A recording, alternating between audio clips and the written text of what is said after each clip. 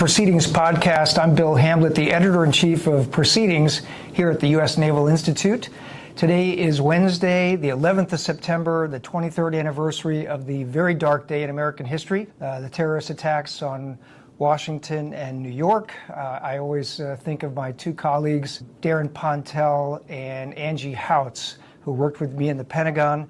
They were unfortunately on the wrong side of the building that day. I was on the right side of the building, but I always think of my two colleagues who perished that day and the 2,000 plus other Americans who perished that day. So with that somber remembrance, we'll kick off. Today's episode is brought to you by Booz Allen. Accelerate today's missions with tomorrow's technologies. As the leader in providing AI solutions to the federal government and one of the world's largest cybersecurity providers, Booz Allen advances game-changing capabilities rapidly, ethically, and securely. Learn more at boozallen.com/defense. Okay, I've got a special guest here in my office today. Joining me is British naval historian and YouTube star known as Drachinifel, or Drac, real name Alex Pocklington. Alex is here for a special event that we've got today downstairs in the Jack C. Taylor Conference Center, a panel discussion about the 80th anniversary of the Battle of Leyte Gulf, which is coming up a month from now. That event happened in late October of 1944. But Alex, Drac, thanks for joining us. Pleasure to be here. All right, so you've got so if you're not familiar with Drac, his channel, Drachinifel, has over 500,000 subscribers. It is full, if you're a naval history nerd, and I use that term as positively as I can, you will want to find his channel if you haven't already. He's got amazing breakdowns of naval battles throughout history. He's got this great series of 5-minute warship videos. So if you want to know anything about all kinds of warships, 5 minutes, it'll give you the basics. And so there's great stuff there. How did you get into naval history? So it all started when I was 4 years old. Okay. So I don't know if you have them in the States, but in the UK, they have what they call the Ladybird book series. I've not heard of those. Fair enough. So they're kind of a little bit bigger than postcard size books, probably about 30 to 64 page books. They're designed for kind of the intermediate reader, maybe sort of 6 to 12 years old. I was a bit of an advanced reader, so I was reading it at 4. And the way they work is you have a page of text with an accompanying picture. Okay. So you get a pretty good pocket history of what's for the subject. And I was reading one about Admiral Nelson, and there was a picture. I've still got the book because I got it off my nan later on. There was a particular picture of Nelson being rowed out in a boat from Portsmouth with HMS Victory in the background, ready to take him down to Trafalgar. And I said to my grandmother at the time, being 4 years old, it's a shame none of those boats are still around because they look really cool. And she said, no, Victory is still around. Victory's of course, there, yeah. 4 years old me can't comprehend the idea that something wooden 200 plus years old could possibly still be around. Yeah. No, it isn't. Yes, it is. No, it isn't. Yes, it is. So that Saturday, she took me on the train down to Portsmouth. Obviously, nowadays, Victory is in the middle of a conservation work, but back then, she was still fully rigged. And of course, when you're 4 years old, everything looks so much bigger. So we walked in on what was, admittedly for the UK, unusually a sunny day. And 4-year-old me sees this gigantic wooden ship that I'd been reading about a couple of days before in a book.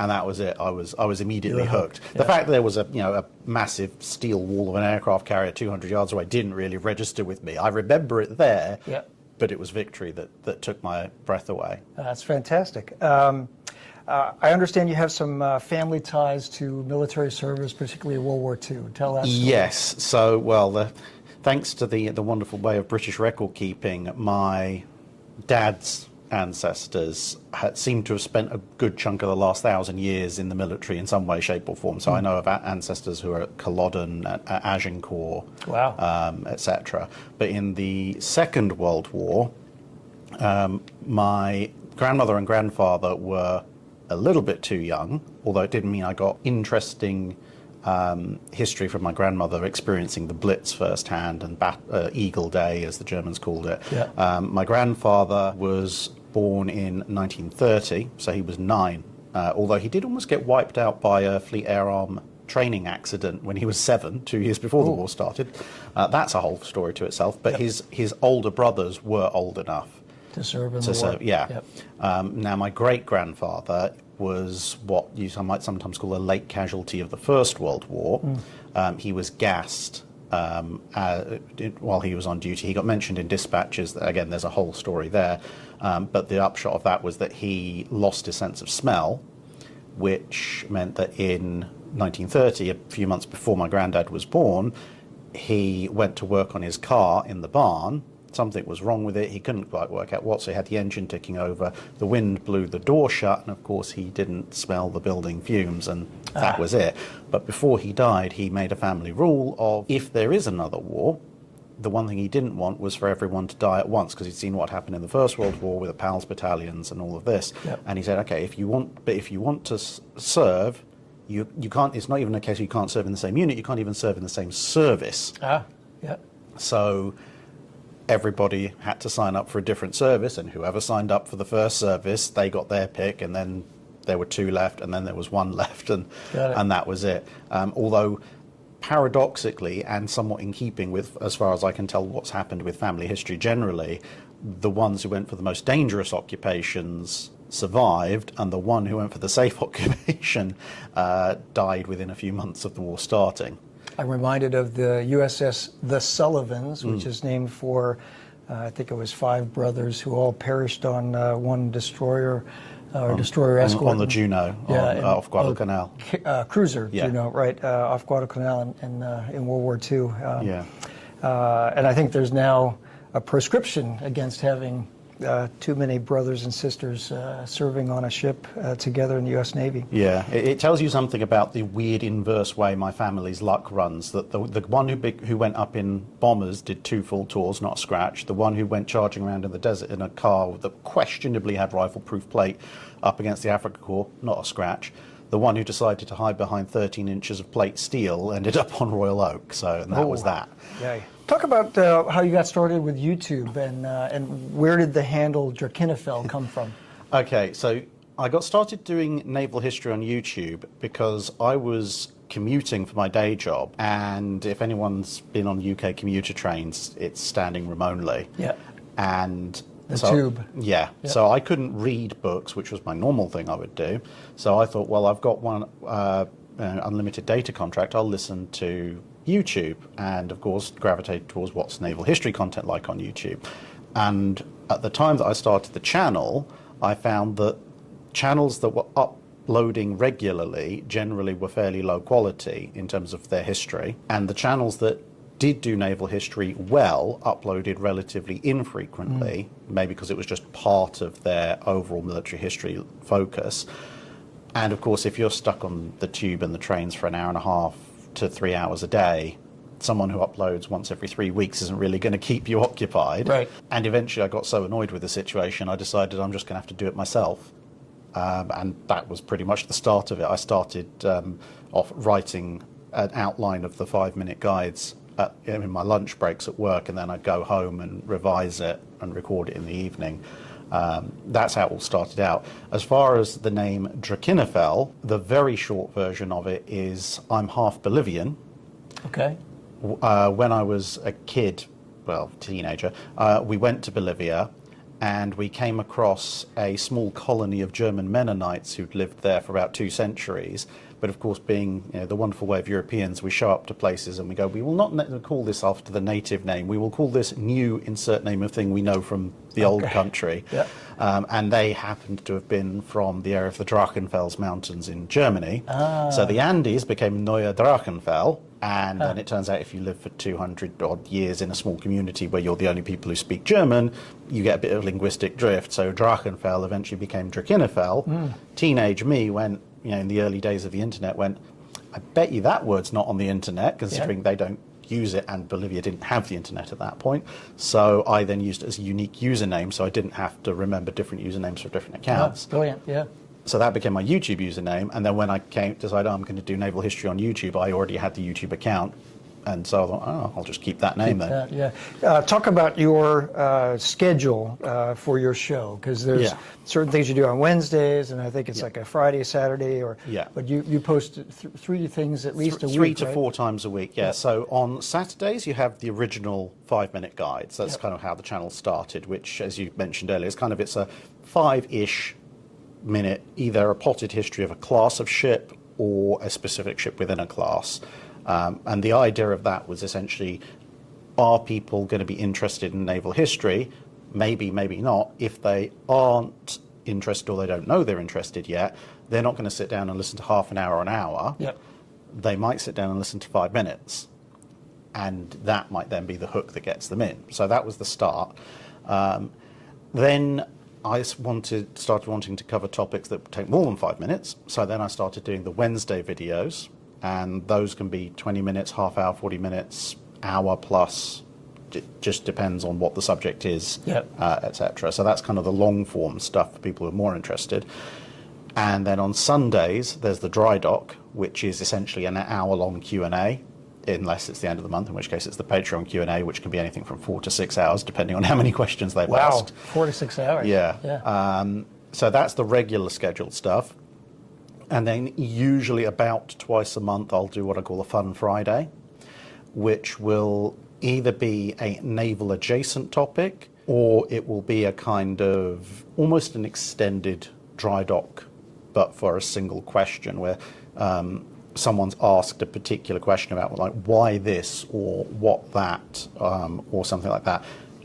And that can then go on the Friday. And they'll usually be, I say usually, 20 to 30 minutes, a little bit shorter than the Wednesdays, and whereas the Wednesdays might be an admiral, a ship, a battle, a campaign, or something, usually the Fridays will be either a response to a question, or if I'm doing a mini series of uncertain length, then I'll put that on the Fridays. So, for example, I've recently wrapped up the frigate duels of the War of 1812. So I decided to do that on the Fridays because, of course, some of those duels went on a lot longer than others. I mean, the last one, technically after the war was over, but Constitution versus Sion and Levant, you've got that actual engagement, which is actually one of the shorter ones, but then you've got its pursuit by Leander and Newcastle and Acasta, and there's a whole thing about that, which actually makes it quite long, whereas, say, the loss of USS Essex is pretty short. Similarly, the United States versus the Macedonian is pretty short, but something like Constitution versus Java is actually quite long. So I thought, well, if I put it on Wednesdays, people have a minimum time expectation for Wednesdays. So some of these duels, they're going to come in at 15, 20 minutes, maybe a bit too short. If I put it on the Fridays, people expect it to be a little bit variable. And it also gives a kind of a regularly scheduled thing outside of the Wednesday topics. Got it. In addition to your YouTube channel, you're also a writer. I understand you got a book coming out. Yes, so hopefully, I think it's now start of next year, I will hopefully be adding the first foreign warship to the naval history series that USNI is doing with HMS Belfast. And then hopefully, if that does well, I might do a few more. And I've got a few other book ideas penciled in, which might also see the light of day over the next few years. Good for you. That's great. Let's talk for a few minutes about Leyte Gulf.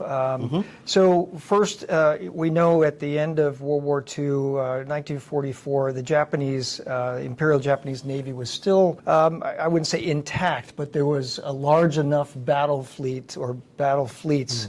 And the Japanese were looking for a decisive battle. Was Leyte Gulf that battle? Could it have been what they wanted? I have a feeling, see, the thing is, I think that there are probably 3 major engagements that you could point to and argue in one way, shape, or form that it was the decisive battle. As far as the Japanese are concerned, I don't think they ever got what their idea of a decisive battle was. But I think each of those engagements potentially could be seen as a decisive battle in the campaign, but just in different ways. Because obviously the first one, which everyone brings up, is of course Midway. Yeah. And Midway, I think, is decisive in terms of it's the first big reversal where the Allies, particularly obviously the US Navy, has shown they can actually stop the Japanese cold. Because yes, you'd had Coral Sea before, but Coral Sea had been a strategic victory in that you stopped the invasion of Port Moresby, but tactically speaking, a defeat because Lexington had gone down, Yorktown had been damaged. Then you've got Philippine Sea, the Great Marianas Turkey Shoot, which is incredibly one-sided, but the Japanese ultimately they don't commit everything. And of course their idea of a decisive battle is you commit everything against the enemy's everything. The fact the US Navy at that point is far too large to actually have everything in one place is separate. But I mean, yeah, they put a big force forward, carriers and aircraft and everything, but their main aim at Philippine Sea is to disrupt the American landing operations. It doesn't go particularly well for them, but it's probably what I would say it's the last stand of the Japanese Navy as a fully operational force. Should they have committed more resources to it? Possibly. Would it have done them much good? Probably not, but it would have probably made it the full decisive battle they're looking for.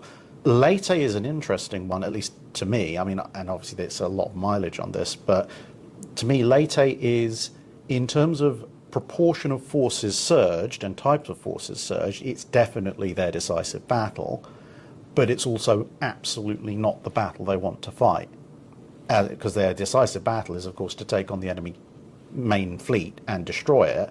And as it turns out, by the time of Leyte, although they're sortying pretty much every operational gun-based capital ship they have and almost every carrier, they're looking at using their carriers as a decoy.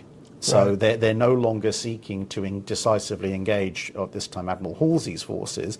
They're trying to draw him away so that they can hit what in their pre-war thinking is a much lesser target, the amphibious forces, to hamper the liberation of the Philippines. So yeah, in a weird way, they've got the forces there on paper for the decisive battle, but at the same time, their objectives are it's the one time they're not actually going for the enemy main fleet. So yeah, I think it's certainly a decisive battle, and it's definitely it finishes the Japanese Navy in terms of can they even deploy a big enough force to make the US Navy go, oh, actually, we may be a little bit worried about this. Yeah. But it's not the one that the Japanese were looking for at all, I don't think. Because after that, it's things like the sortie of Yamato, at which point, Leyte, at least there is some concern that something could go horribly wrong and there could be major US casualties. When Yamato sails, it's an argument between various US admirals as to who gets to kill Yamato, not will we kill Yamato, or what will we lose to killing Yamato. It's just, well, I kind of want to have a go at it. Yeah. I'm reminded when you said that the Japanese carriers at Leyte largely served as a decoy force to lure Halsey away successfully, it turns out. But by that point in the war, Japanese naval aviation had been attrited to the point they did not have the depth, right? Yeah. So they had very either young or inexperienced pilots who hadn't been trained well because they hadn't reinvested in taking fleet aviators who were combat hardened and putting them back in the training commands. And their aviation assets had been, decimated in many ways. So very few aircraft on the carriers, with very few trained, actual capable pilots by that point. So yeah, I think it could have been more of a decisive battle in the classic Japanese definition of the term, except for the fact that while they were trying to regenerate all the air groups for the carriers, some benighted genius, I can't remember his name off the top of my head, but they decided, we've got these in-training carrier air groups.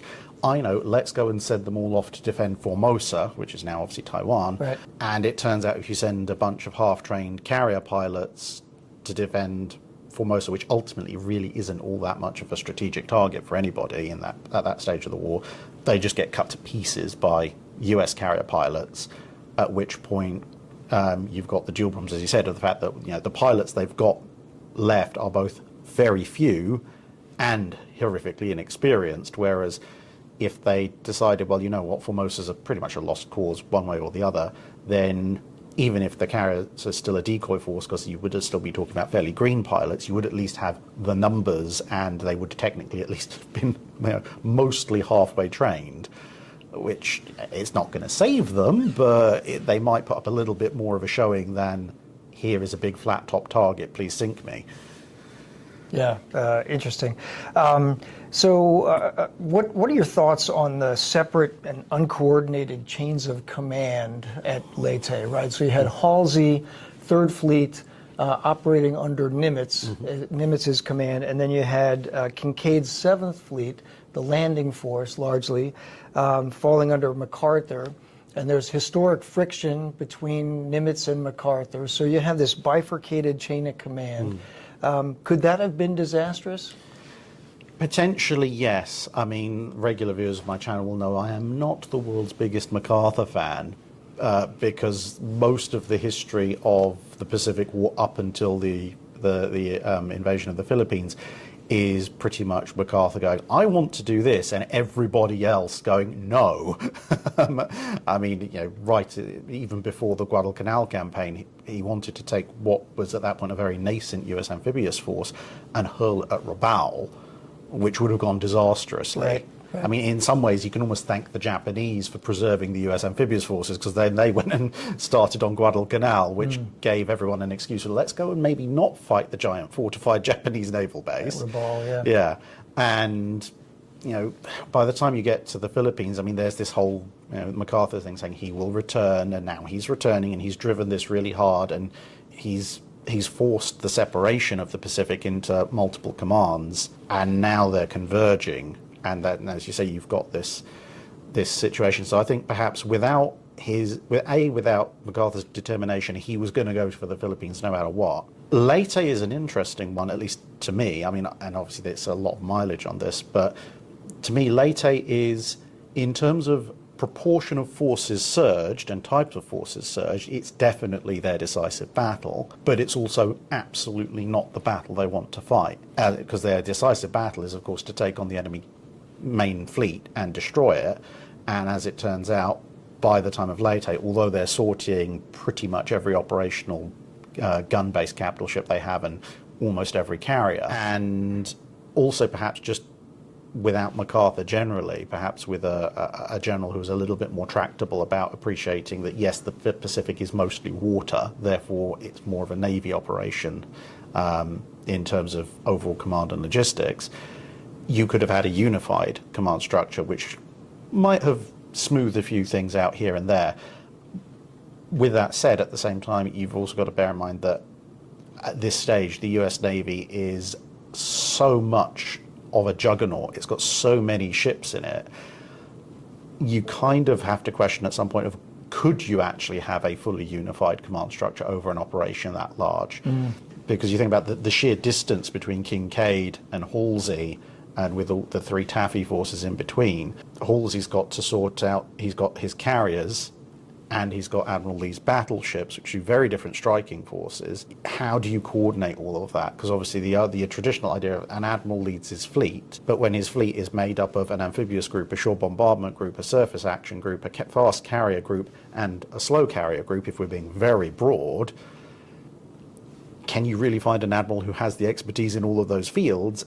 And even if he does, or even if he has very good subordinates, how much work can one person do to coordinate all of that? So I think there probably would have been a degree of split command, but perhaps not quite as much, especially with the whole confusion of who, if anyone, is going to be guarding San Bernardino. Yeah, I think there are certainly lessons, or there's room for anyone who's interested in command and control, modern command and control, to delve into that, those questions and quandaries, right? Of, how do you command? How do you oversee that scope of an operation? That number of ships and forces, and as you say, disparate types, right? Carrier striking groups and battleship fleets and landing forces and all of those, it is a it is a daunting task to think about, for sure.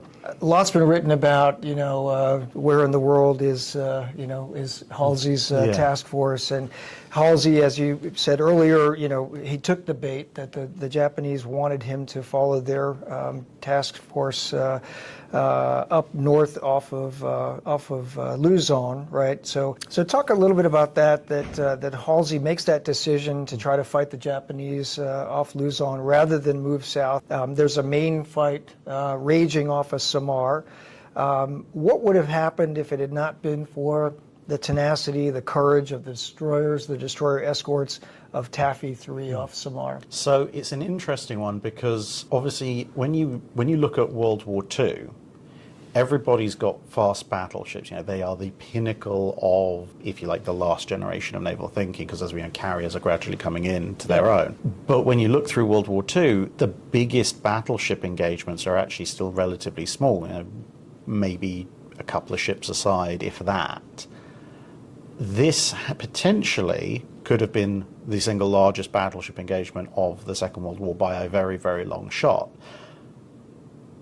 But it's the big conundrum, if you like, I think, is if the Taffy forces had not been there, or Johnston and company and Samuel B. Roberts hadn't decided to do their semi-suicidal last stands, if the Japanese had just been allowed to sweep through, or let's face it, if the Japanese actually realized escort carriers were a thing and therefore loaded high explosives, on the one hand, there's no way that 7th Fleet is going to really be able to position themselves to completely block off Kurita's force in time before they reach the amphibious forces. And even if they do, that's the fight that Yamato is designed to actually fight and win. Right. And of course, they've just fought Surigao Strait, so they're a little bit short on armor-piercing ammo. By the stage that Yamato and company theoretically could have reached the amphibious forces, it's an interesting one because a lot of the troops were already ashore. So the chances for an absolute mass casualty event of 24 troop ships going down, that's already been removed. But there's still a lot of supplies and stores to take ashore. All the logistic train. It's all very well and good having tens of thousands of people ashore, but if you can't feed them and supply them with ammo, you've just handed the enemy a big prisoner of war problem. So Kurita's forces, I think, could have done a lot of damage, and ultimately, between the Japanese ships are fairly fast. Even if all the amphibious forces are ordered to scatter, well, there's the Philippines in the way in one direction, Kurita's coming from another. There's a limited direction they can go, and they could be overhauled. So there could be a potential for quite a lot of pain for the US forces if Kurita does get there. The flip side to that is that even if Admiral Halsey sticks to his original schedule of when he sends Lee's battleships back, they will reach the San Bernardino Strait before Kurita does, if Kurita engages the amphibious forces and turns back. So whatever happens, so Kurita is trapped. There could have been a battleship battle with Lee's forces and Kurita's forces trying to withdraw after engaging the amphibious forces. What can Kurita do at that point? He can try and go through Surigao Strait, but that means he has to fight his way through a very narrow channel past 7th Fleet, which that's limiting his options. Probably not going to want to do. He can't really sail out east because he doesn't have the fuel to do that. His only real recourse is to try and double back the way he came, and if you've got essentially every operational US fast battleship afloat at that point, except for Washington and Indiana because they're getting fixed, you're just going to have a grand battle, which I'm sure everybody, if that had happened, that would be the thing about the late stage of the Pacific campaign. Wow. I'm sure Admiral Lee would have been thrilled. Willis Lee, talk for a second about that, Kurita's decision to withdraw the Taffy 3 stand, as you said, Johnston, and the Samuel B. Roberts and company. Is it fog of war? Is it Kurita being tenuous at a key moment? Is he getting bad reports, bad intel back to him about what they're up against? I'm constantly, just sort of fascinated by that decision, right? So an adversary with a superior force and an opportunity, and then falters, hesitates at a key moment, and pulls back? I think it's a combination of a lot of different factors. I mean, obviously, when Kurita leaves port in the first place, he's got both Yamatos and a whole ton of cruisers and all this other stuff with him. He then gets his flagship blown out from under him by US submarines. So he's been dumped in the water. He's now been hauled back out. He's now on Yamato. So he's tired. He's been through ultimately a pretty scary event. Sure, that'll rattle anybody. Yeah. Yep. So he's going to be a little bit on edge, a little bit sleep deprived. As far as we know, the Japanese hadn't quite figured out that US escort carriers were a thing. So obviously, famously, when he sees Taffy 3, he thinks carriers are therefore fleet carriers, and it's kind of a forgivable error because we look at an escort carrier and an Essex and we think, oh, how could you possibly think those are the same thing? But turn them 45 degrees or 60 degrees and put them 30 miles away over the horizon through some optics, and you're going to have problems working out with some gun smoke in the air, right? Yeah. So he's thinking, okay, well, these are carriers. And if he's thinking these are fleet carriers, he's then looking at the relative size of the escorts and going, well, okay, proportionally, therefore, these must be at least cruisers. Yep. So he thinks he's fighting a much stronger force than he actually is, which, of course, then leads him to make some slightly questionable ammunition choices at the start, which helps prolong the lifespan of the escorts, because it turns out an 18.1-inch shell will go straight through a Fletcher without exploding. Whereas if you'd had an 18.1-inch high explosive, that could have ended things a lot faster. And then you kind of also have the audacity of Howell and Roberts and Johnston, which kind of reinforces, I think, to Kurita what he must have already concluded, because you can imagine, 3 or 4 cruisers surging in close could do damage. The Kurita knows what happened at the night action of Guadalcanal with Kirishima and Hiei. So I was like, that makes sense, but a pair of destroyer escorts and a destroyer charging the fleet that he has, that doesn't make any sense. So it would reinforce in his mind potentially what's going on. And then you have this, apart from the torpedoes that actually hit, you also have the deterrent effect of torpedoes, which is sometimes very understated, because a torpedo doesn't have to hit a target necessarily to have a huge effect on the battle, because at one point torpedoes are launched at Yamato.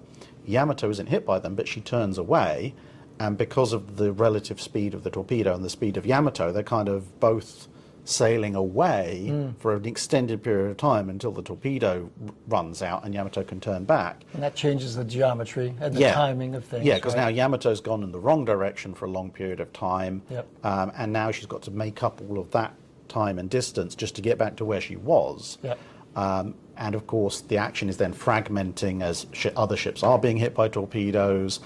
Some of the Japanese ships are engaging the escorts. Other Japanese ships are trying to work around to get after the carriers.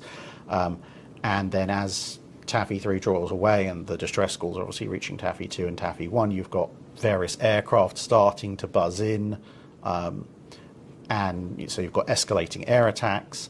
You've got, you've sunk a few of these escorts, but it's taken you a lot longer, which I think probably, until someone gets close enough to go, actually, no, this is a destroyer, the endurance of those small ships is probably going to reinforce even more to his mind that these must be something much bigger than they actually are, because, again, you hit a destroyer with a broadside from a battleship, you expect it to disintegrate.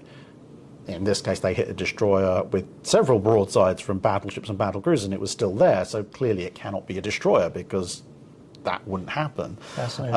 And I think it's all of these things are all interlocking to the point, and add in the fact that we said Kurita is a bit sleep deprived and a little bit rattled, and then him turning around going, actually, you know what, stuff this, I'm out. that starts to make a lot more sense, because individually any one of those issues theoretically a good commander should be able to work through, but throw all of them and it's basically death by 1,000 cuts. Yeah, that makes sense. Well, this has been a great conversation, a little bit of an appetizer for this afternoon's conversation down in the Jack C. Taylor Conference Center with you and Paul Stillwell talking about the 80th anniversary of Leyte Gulf, lessons for today, key takeaways from the battle. It'll be a great conversation. My guest has been Drachinifel, Alex Pocklington, and Alex Drac, it's been great to have you here. I want to mention that his YouTube channel is fantastic, so check it out. And I also mention that there's this really interesting symbiosis between Drac, between the Naval Institute, the books we publish on classes of ships, historic naval battles, you name it, and the very, very popular World of Warships war game that is played by millions of people around the world. And so World of Warships, war gamers, listen to his YouTube channel, watch his YouTube channel, read our books, and you talk about our books quite often. So it's a great little ecosystem there, and if you're into naval history, if you're into naval issues, I recommend all three of those things to you. So, Alex, thanks for stopping by today. Thank you very much. All right. This episode, again, was brought to you by Booz Allen. Accelerate today's missions with tomorrow's technologies as the leader in providing AI solutions to the federal government and one of the world's largest cybersecurity providers. Booz Allen advances game-changing capabilities rapidly, ethically, and securely. Learn more at boozallen.com/defense.